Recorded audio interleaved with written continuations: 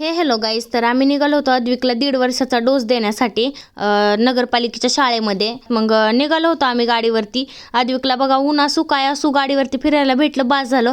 तर शाळेत गेल्यानंतर बघा त्याला कळलं होतं वाटतं की मला इंजेक्शन देणार आहे. एकदम पप्पाला पॅक चिकटून बसला होता आणि आतमध्ये नेलं की लगेच खेळायला लागला, इकडून तिकडे पळत होता. त्याच्या एवढं छोटंसं बाळ होतं, त्याच्यासोबत खेळत होता. आणि ही शाळा ना सरकारी असल्यासारखं थोडी पण वाटत नव्हती, एवढं म्हणजे छान फील होत होतं. मस्त झाडं वगैरे होते आणि अद्विक बघा किती खुश होऊन पळत होता, कारण त्याला कळलं होतं आता मला डोस देणार नाहीयेत म्हणून. आता त्याला डोस का देणार नव्हते माहिती आहे का? त्याच्या डोक्याला ना मार लागलाय, त्याला औषधं वगैरे भरपूर चालू आहेत आणि कंटिन्यू चालू ठेवायला लावलेत. मग त्याच्यामध्ये इंजेक्शन देणं थोडंसं रिस्की आहे. मग म्हटले मोठ्या डॉक्टरांना विचारून 2-3 दिवसांनी देऊया. मग अद्विक खुश झाला मस्तपैकी आणि बघा किती धडपड चालती याची, बसल्या जागी पडतो. मग याच्यामुळेच याची भीती वाटती. आणि घरी आल्यानंतर बघा साहेब बाबांचा चष्मा लावून फिरत होते. तर चला बाय.